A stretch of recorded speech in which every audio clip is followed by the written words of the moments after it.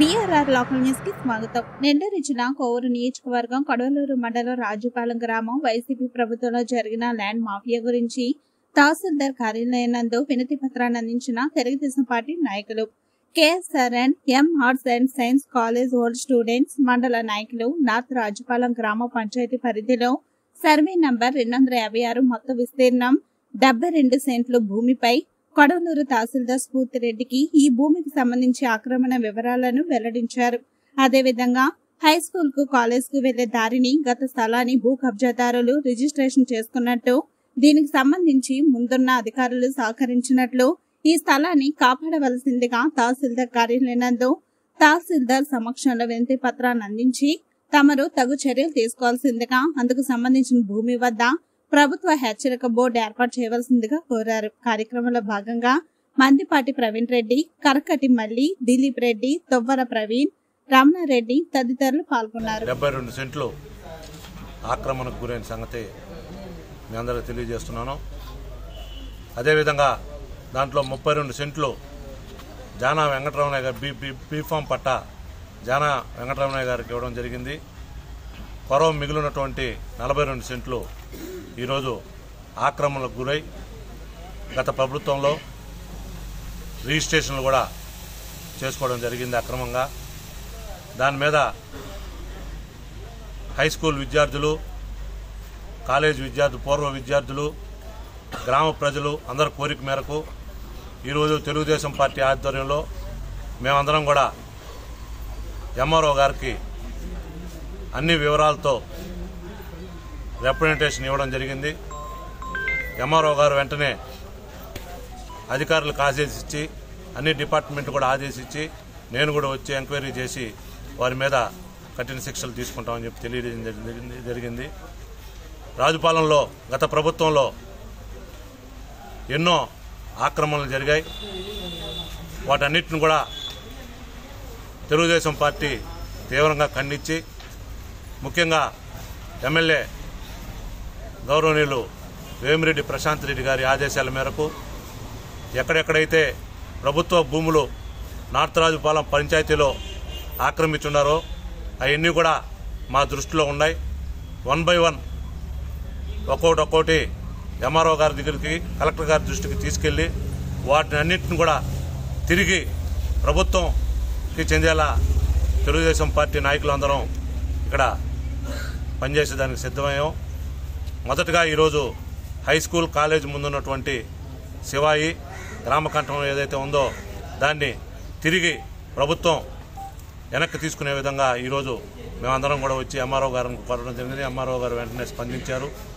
ఎవరైతే ఉన్నారో ఈ ల్యాండ్ మాఫియా రాజుపాలెంలో ఎక్కడ శివాయి కనిపించినా చాలు మొత్తం ఆక్రమించేదాకా వాటిని ఎట్లా అధికారులను పక్కదోవ పట్టించి దాన్ని ఎట్లా ఆక్యుపై చేసుకోవాలి, దాంట్లో మనం ఎట్లా కోట్లు సంపాదించుకోవాలి అని ప్రభుత్వ భూములన్నింటిని కూడా కొంతమంది వ్యక్తులు రాజుపాలెంలో ముఖ్యంగా ఒకరిద్దరు వ్యక్తులు ఇదే పనిలో ఉంటారు. వారందరూ కూడా తెలియజేస్తున్నాం, మీరు ఇక నుంచి ఇటువంటి వేషాలు వేస్తే కఠిన చర్యలు, క్రిమినల్ కేసులు మీ మీద పెట్టించి జైలుకు పంపించేదానికి కూడా తెలుగుదేశం పార్టీ వెనకంజ వేయదు. కాబట్టి ఇటువంటి కార్యక్రమాల్లో మీరు స్వస్తి చెప్పండి. ఇక నుంచి మీ వల్ల ఎంతో మంది అధికారులు కూడా బలైపోతున్నారు. కాబట్టి మీ అందరికీ తెలియజేస్తున్నాం, ఇటువంటి ఆక్రమణలో ఇక నుంచి ఆపి ప్రభుత్వ స్థలాలు ఏవైతే ఉన్నాయో వాటిల్లో గ్రామం అభివృద్ధికి ఏవైతే ఉపయోగపడతాయో ఆ దిశగా తెలుగుదేశం పార్టీ పనిచేస్తుందని చెప్పి తెలియజేసుకుంటూ సెలవు తీసుకుంటాం.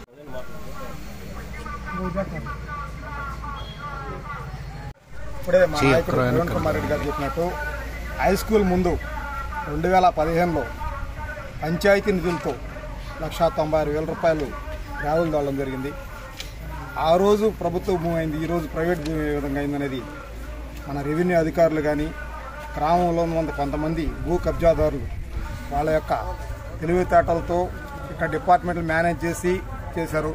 ప్రభుత్వం వాళ్ళది, పంచాయతీ వాళ్ళది అయినప్పుడు పంచాయతీలో ఎంబుక్ ప్రకారం డబ్బులు డ్రా చేసినప్పుడు ఆ భూమిని ఏ విధంగా ఇచ్చారనేది ఇప్పుడు రెవెన్యూ అధికారులు తేల్చాలి.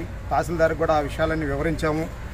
రాబోయే రోజుల్లో ప్రభుత్వ భూములు ఎక్కడ ఆక్రమించున్నా అన్నిటి మీద మేము తెలుగుదేశం పార్టీ ఉక్కుపాదం మోపి ఆ భూములు విముక్తి చేసేది ప్రజా ప్రయోజనాల కోసం ఉపయోగిస్తాం.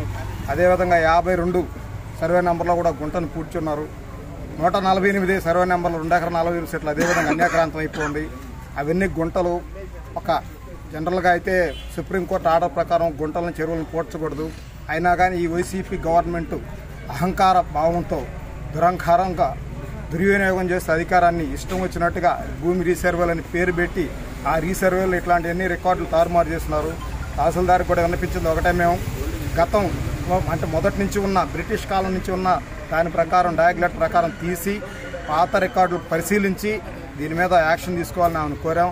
వాళ్ళు కానీ యాక్షన్ రెవెన్యూ అధికారులు తీసుకోకపోతే కలెక్టర్ గారిని కానీ లేదంటే రెవెన్యూ మినిస్టర్ గారిని కానీ మేము కలిసి పార్టీ ఆఫీస్లోకి అర్జీ ఇస్తాం. ఇట్లాంటి ఎటువంటి పరిస్థితుల్లో రాజుపాళ్యంలో కోట్ల రూపాయల భూములు వాల్యూ ఉన్న దానివల్ల వీళ్ళ కళ్ళన్నీ దాని మీద పడ్డాయి. కానీ అవి ప్రజా ప్రయోజనాల కోసం ఉపయోగిస్తే తెలుగుదేశం పార్టీకి మంచి పేరు వస్తుందని మేమందరం గ్రామ నాయకులు అందరం కలిసికట్టుగా ఉన్న సమస్యల్ని వీళ్ళ దృష్టి తీసుకొచ్చాం. అదేవిధంగా మేము మేము పత్రికా సోదరులు కూడా కోరేది, మాకు తెలిసింది కొంత ఉంటుంది, మీకు తెలిసింది చాలా ఉంటుంది. దీని మీద అవసరమైతే ఒక స్టోరీ కూడా రాస్తే దాన్ని మేము పూర్తిగా సహకరిస్తాం. ఎందుకంటే మీరు కూడా పనిచేస్తున్నది ప్రజల కోసం.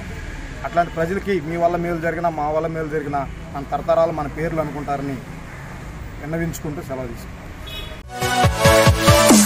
మా వీడియోస్ కనుక నచ్చినట్లయితే లైక్ అండ్ షేర్ చేయండి. మరిన్ని వీడియోస్ కోసం మా ఛానల్ సబ్స్క్రైబ్ చేసుకోండి. ధన్యవాదాలు.